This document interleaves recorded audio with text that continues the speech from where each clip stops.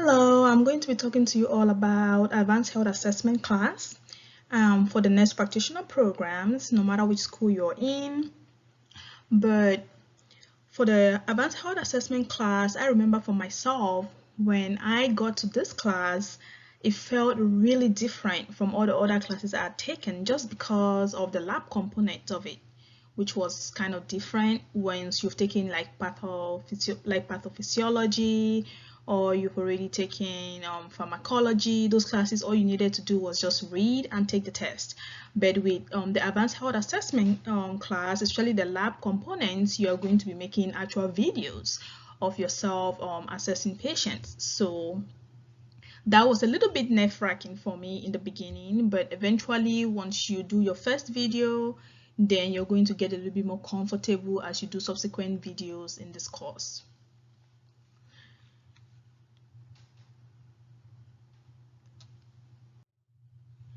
So what are some of the things you need to know about the health assessment class for the nurse practitioner programs?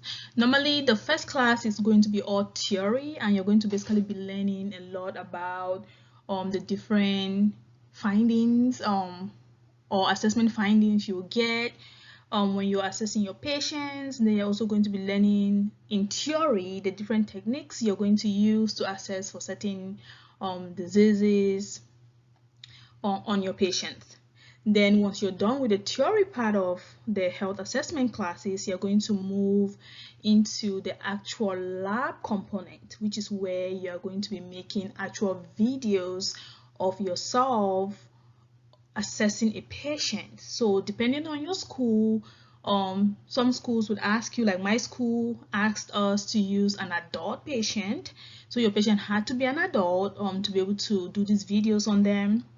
So you do a video on a live patient and record yourself, and then you upload it into your school's website. So if you are in the family nurse practitioner program, you're normally going to have like two components of the lab. You're going to have the pediatric assessment and the adult assessment class, where you will have to practice on real people. Well, the class is obviously nerve-wracking because you're going to record yourself while doing these assessments with a volunteer as an adult patient, like I earlier said, and then your academic coach or your teacher is going to grade these videos.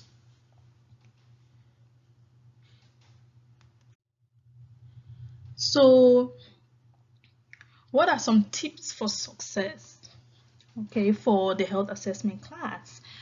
So normally for me, when I took this class, I would normally practice these assessments on my own, maybe like using a doll or sometimes an imaginary patient before I start with my volunteer, just because I didn't want to kind of overwhelm my volunteer with hours or minutes of practice, and then they have to sit there and do the actual video. So I'll try to like go through the process in my head, like, okay, if I'm going to assess the lungs, for instance, what am I going to do? What kind of questions will I ask? So I'll basically like just talk it over in my head to myself and practice, make sure I have all the systems and I didn't miss anything.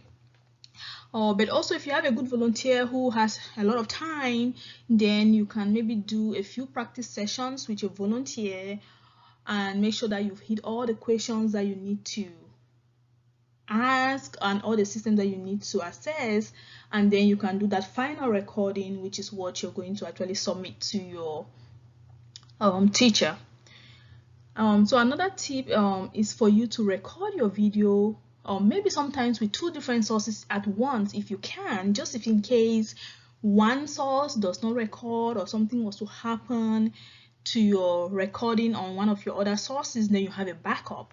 For my school, there's also an option where we could record a video directly on Canvas, but for our class, they did discourage us from recording directly on Canvas. And the problem obviously is you can start recording and something can happen to your video. We even had some students whom they claim they uploaded their videos on Canvas, but then somebody else was able to delete it because apparently Canvas had like a limited capacity to store those videos. Now, That didn't happen to me, so I don't know for sure. But the best thing obviously is to record your videos on your computer and then upload your video into your school's website, because then that way you always have that backup copy. And if you even have more than one device, you can even record it on 2 separate devices at once. That way you always have a backup. Now another tip for you all is, if you're buying your supplies for your health assessment class, make sure that you buy supplies that you will like. So don't just go to Amazon or one of these other websites and then just buy the cheapest supply you can find, because let me say, if you buy a very cheap stethoscope and when you go into actual clinicals, then your stethoscope is not going to be very good when you're trying to really use it to do an assessment. So for me, I bought really good stethoscopes and really good, like a white coat, because I knew I wanted to use these when I actually start the actual clinical course. So I kind of just did that investment at the very beginning, and I'm using those supplies right now, even in the clinical courses.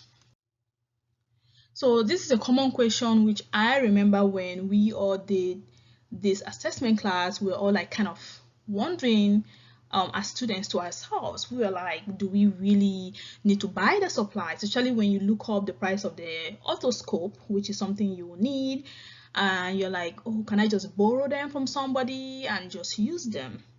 So obviously my answer to that question is, if you know that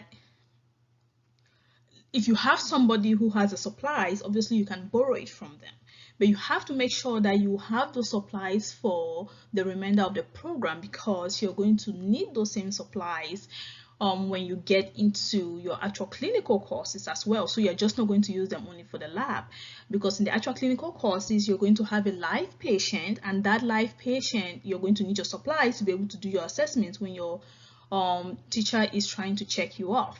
So I just bought my supplies, and I bought them off of Amazon, and I've just used them the entire time on all my other clinical courses when that time came. So yes, my answer is yes, you should buy your supplies, or if you do not have unless if you have somebody who is going to have those supplies available for you the entire time while you are in your program, because you're going to need your supplies when you also start your actual clinical courses. Like for instance, your stethoscope, you're going to need it to go to clinicals. Your white coat, you're going to need it to go to clinicals. But for like the otoscope and those stuff, a lot of clinics are going to have them in the office. So but you're going to need it if you need to do a checkup with your teacher, maybe at home. So just to keep that in mind, I think it is a good idea to buy your own instruments and just have them at home with you, so that way you can always use them for the other clinical courses. So what are some of the supplies that you'll be expecting to use for your lab courses? Obviously, your school is going to give you a list of some of these supplies, but obviously you're going to need a stethoscope, which I'm sure a lot of nurses already own a stethoscope, but if you don't, then you must well go ahead and purchase one for yourself. And make sure you just buy a good one, because if you buy one that is not too good, when you go into actual clinicals, you might not be able to hear those hard murmurs or be able to get good long sounds. So you're going to obviously need things like a stethoscope. You're going to also need an otoscope with a pin light, a reflex hammer, and a lot of these instruments, some of them come in a pack, and I'm going to be putting a link at the very last slide with all the different supplies, like the ones that come in a pack that are going to have a lot of all the other things that you're going to need. That way you're not buying individual items. So like the Zeta Life, which I have a link, has a pack with all the different supplies in them, so that way you are not buying each individual one. And also I also have a link for an otoscope, for a stethoscope, and I feel like you want to get a really good stethoscope, like I said, because you want to be able to hear the smallest sounds possible. And so you can just click on that link that I have for you. These are the links right here. You can click on these links, and you can be able to purchase this directly on Amazon. So I have the links here. I have one for a stethoscope. I have one for a pack of all the like the otoscope. Then I have another link here that also has like the reflex hammers and tuning forks. And also I have a link here for a good review book. That's a leak review, which I've heard a lot of good things about it. So you must well just buy your leak review book now, or you can wait when you start your actual clinical courses or your like your FMP courses if you're doing family nurse practitioner, and so that way you can start getting some practice on board review kind of questions. Thank you all so much. These are all the links for the products that you might need for your assessment lab courses, and also we are participants or in the Amazon Services Associate program. Thank you.